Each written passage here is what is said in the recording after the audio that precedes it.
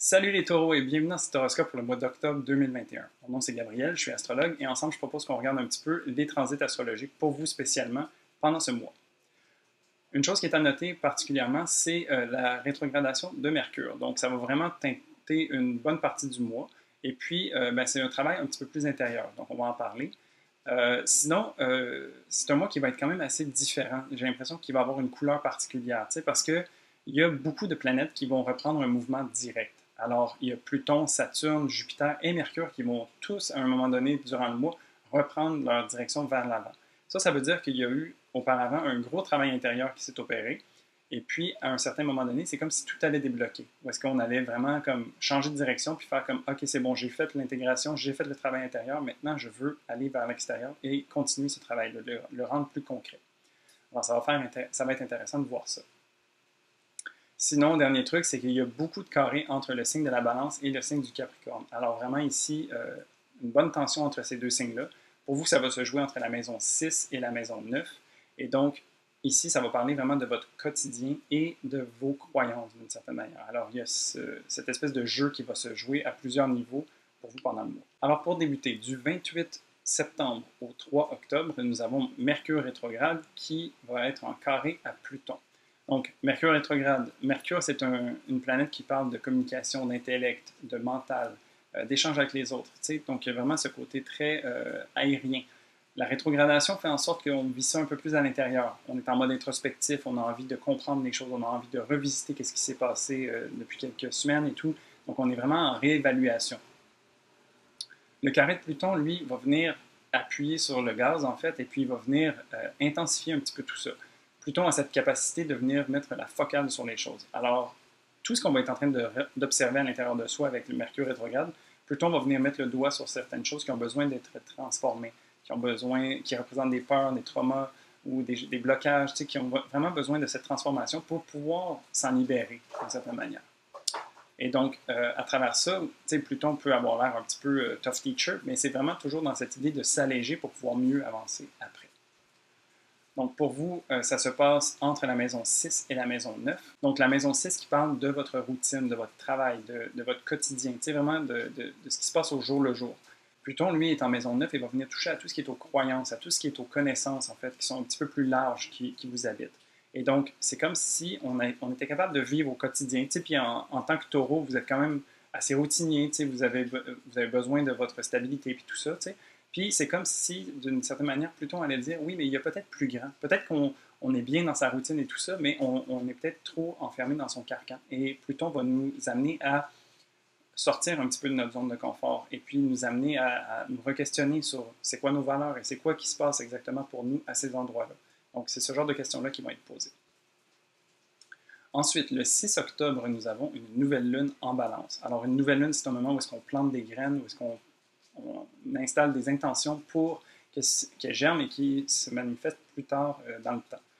Dans l'énergie de la balance, c'est une énergie relationnelle qui a envie d'être entouré de beau, qui aime être entouré d'harmonie et d'équilibre avec les autres. Donc, il y a vraiment toute cette idée-là. C'est une nouvelle lune très tournée vers l'autre, si on peut dire.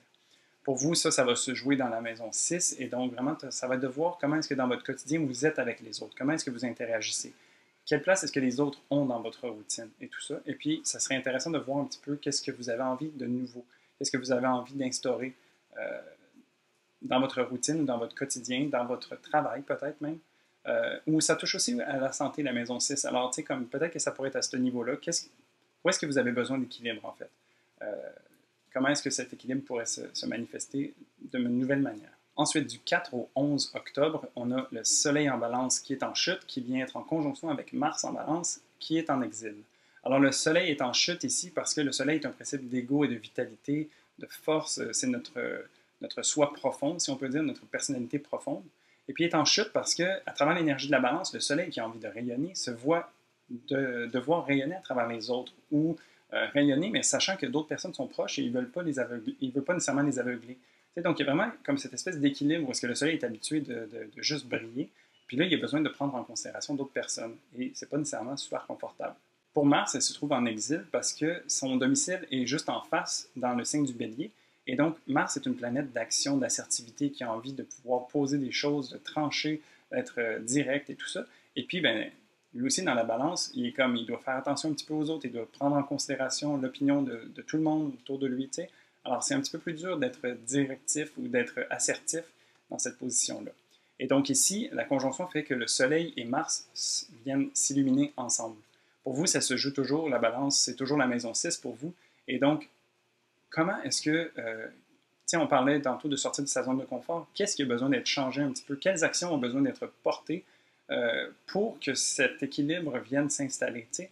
Vous avez envie d'être bien campé dans vos habitudes et tout ça, dans votre sécurité, dans ce qui est habituel. Mais là, il y a comme un besoin de renouveau, il y a un besoin de prendre en considération différentes choses ou différentes variables qui n'étaient peut-être pas dans votre quotidien depuis un certain temps. Et donc, il y a un certain réajustement. Puis, ben, c'est toujours dans cette idée de faire que c'est équilibré et harmonieux. Alors, il faut prendre en considération les autres pour faire ça. Donc, il y a une certaine flexibilité à avoir, si je peux dire, à travers ce transit-là. Ensuite, du 16 au 18 octobre, le Soleil en Balance va venir rencontrer Pluton qui est en Capricorne, en carré. Donc, il y a une tension. Ici, donc, je te parlais, le Soleil est en train d'essayer de trouver un petit peu sa place à travers votre quotidien, ce qui est habituel pour vous, ce qui est routinier. Et Pluton va venir mettre la focale sur les choses qui vous dérangent ou les choses qui ne fonctionnent pas, qui ont besoin d'être changées. T'sais. Alors vraiment ici, c'est encore une fois un petit peu la question de comment est-ce que vous voyez peut-être trop petit pour vous. Comment est-ce que vous vous ancrez dans une certaine routine ou certaines habitudes qui peut-être vont à votre détriment. T'sais, comment est-ce que vous pouvez dépasser ça ou agrandir votre pré, si je peux dire. Et donc, vraiment, Pluton va venir mettre le doigt sur les choses qui vont peut-être être inconfortables, mais qui ont le bénéfice d'être modifiées pour vous permettre d'être encore plus confortable. Donc, vraiment, ici, c'est à travers un petit peu d'inconfort, on peut aller chercher plus de confort ou un renouveau qui finit par être mieux que ce qu'on avait auparavant. Suite à ça, le 20 octobre, on a une pleine lune en bélier. Alors, une pleine lune, c'est un moment où est-ce qu'on manifeste habituellement, où est-ce qu'il y a une agglomération d'énergie, et puis le moment de la pleine lune, c'est un moment où est-ce qu'on relâche pour faire de l'espace et puis faire en sorte que ce qu'on a envie qui arrive ait la place pour arriver. Dans l'énergie du bélier, c'est une énergie de renouveau, une énergie qui a envie de foncer, de créer, qui a envie d'initier des nouveaux projets et tout ça. T'sais. Donc, il y a vraiment comme un côté très feu avec une pleine lune en bélier. Donc, ici, ce serait intéressant de voir quel projet est-ce que vous avez envie de voir apparaître? Qu'est-ce que vous avez envie qui se manifeste autour de vous? Qu'est-ce qui vous amène de la joie, puis comment est-ce que vous pouvez plonger là-dedans? Pour vous, ça se passe en maison 12. Donc, la maison 12, c'est une maison qui est un petit peu plus cachée. C'est une maison qui représente une fin. Donc, ici, on pourrait voir un petit peu, je disais que le bélier, c'est une énergie de renouveau, mais peut-être que ce renouveau va se passer à travers la fin d'un chapitre. Qu'est-ce que vous avez envie qu'il soit différent ou nouveau? Quel chapitre est-ce que vous avez envie de terminer? Il y a vraiment comme un peu cette image d'un nouveau départ, mais c'est comme une fois qu'on a fermé la porte. Donc c'est vraiment comme une culmination, j'ai l'impression, qui va s'ouvrir sur autre chose.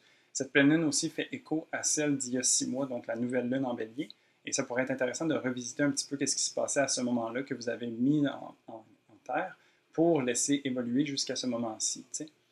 Aussi, étant donné que ça se passe dans votre maison 12, ça pourrait être super intéressant de trouver un moyen de vous retirer un petit peu ou de vous isoler un petit peu pour avoir une période de calme qui vous permettrait de connecter un petit peu avec votre inconscient, si je peux dire. Donc, vous laissez l'espace pour pouvoir être avec vous-même, puis ben, vous poser un petit peu sans avoir les interactions de tout le monde autour qui viennent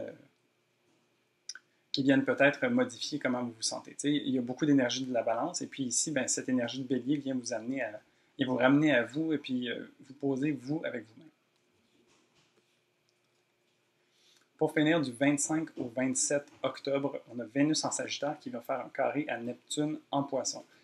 Alors, Vénus qui parle de nos relations, de comment on aime, c'est quoi nos valeurs et tout ça. Dans le Sagittaire, a envie d'émancipation, donc a envie de sortir de chez lui, a envie de découvrir le monde, de suivre son cœur, de suivre une quête et tout ça. Il est en recherche de vérité avec l'énergie du Sagittaire.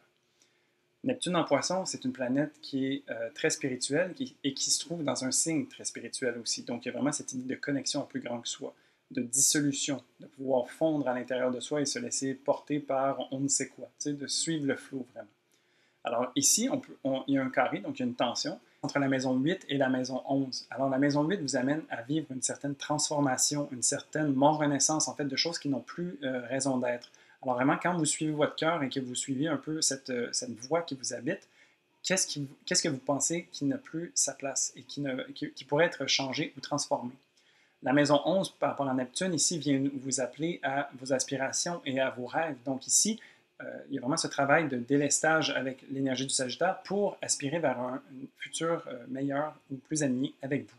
Mais on peut voir qu'il y a un fil qui les rattache, parce que le Sagittaire et le Poisson sont deux signes qui sont maîtrisés par Jupiter, qui est une planète d'expansion, qui a envie de découverte, qui a envie de pouvoir agrandir son champ d'horizon et puis découvrir de nouvelles choses. T'sais. C'est juste qu'il se manifeste de façon différente dans ces deux signes-là. Alors le Sagittaire a envie d'un petit peu plus aller vers l'extérieur et le Poisson a envie de plonger à l'intérieur. Donc ici, pour vivre ce carré plus aisément, je dirais qu'il faut se permettre autant un que l'autre. Autant être dans son feu, qui est plus à l'extérieur, si on peut dire, que dans son eau, qui est un petit peu plus à l'intérieur. Alors ici, ben, il y a ce côté très spirituel qui va de pair avec les deux. Et donc, comment est-ce qu'on peut être concret et intangible avec ces deux énergies-là? Comment est-ce qu'on peut voguer d'une à l'autre? Puis ici, ça nous permettrait vraiment de venir connecter et de pouvoir vivre ce carré-là dans son entièreté. Et donc voilà, ça fait le tour du mois d'octobre. Quand même un mois qui a une saveur différente et qui va venir pointer vraiment certaines choses, en particulier qui ont besoin d'être transformées grâce à Pluton. Je dirais quand même que pour ce mois-ci et pour les mois qui suivent jusqu'à la fin de l'année, ça va être intéressant de porter une attention particulière à Vénus parce que ben, tout ce que je parlais des carrés entre la balance et le Capricorne, et bien Vénus est le maître de la balance. Et donc ici, c'est comme si elle va être un petit peu toujours sollicitée. Et puis Vénus parle de nos valeurs et il y a un gros travail de valeurs qui est en train de s'opérer dans le ciel en ce moment.